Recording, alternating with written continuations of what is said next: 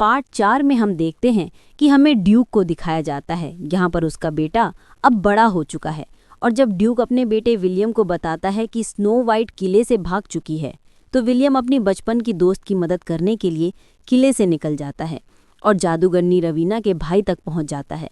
वो उसे कहता है कि क्या तुम्हें तीरंदाज की ज़रूरत है। फिर रवीना का भाई कहता है कि हमारे पास पहले से ही तीरंदाज है।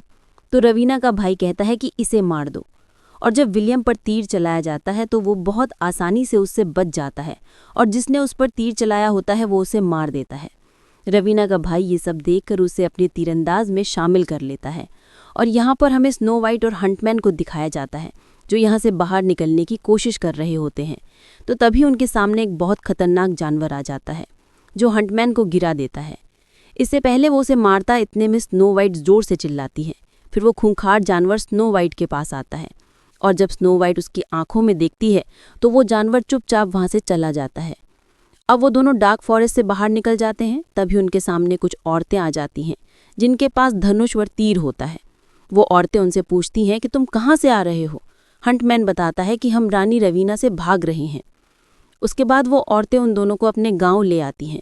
इस गांव में एक भी मर्द नहीं होता है क्योंकि जादूगरनी रवीना उन सबको अपनी सेना के लिए ले गई होती है और इस गांव की सभी औरतों ने अपने चेहरे खराब कर रखे होते हैं ताकि जादूगरनी रवीना कभी भी उनकी सुंदरता के लिए उन्हें उठाकर ना ले जाए। और यहाँ पर हंटमैन को ये पता चलता है कि स्नो वाइट एक राजकुमारी है। अब रात हो जाती है और हंटमैन वहाँ से जाने लगता है ताकि स्नो वाइट यहाँ की औरतों की सुरक्षा में रह सके। और उसके जाने के बाद जादूगरनी रवीना का भाई यहाँ पर आ जाता है अपनी सेना के साथ और पूरे गांव को आग लगा देता है। हंटमैन दूर से ये सब देख लेता है और वो फिर से स्नो वाइट को अपने साथ ले जाता है। वहीं पर हमें जादूगरनी रवीना को दिखाया जाता है जो पहले से बहुत कमज़ोर हो चुकी है। उसकी उम्र अब बढ़ रही है और उसे अपने बचपन का वो पल याद आता है जब एक राजा उसे लेने आ रहा होता है।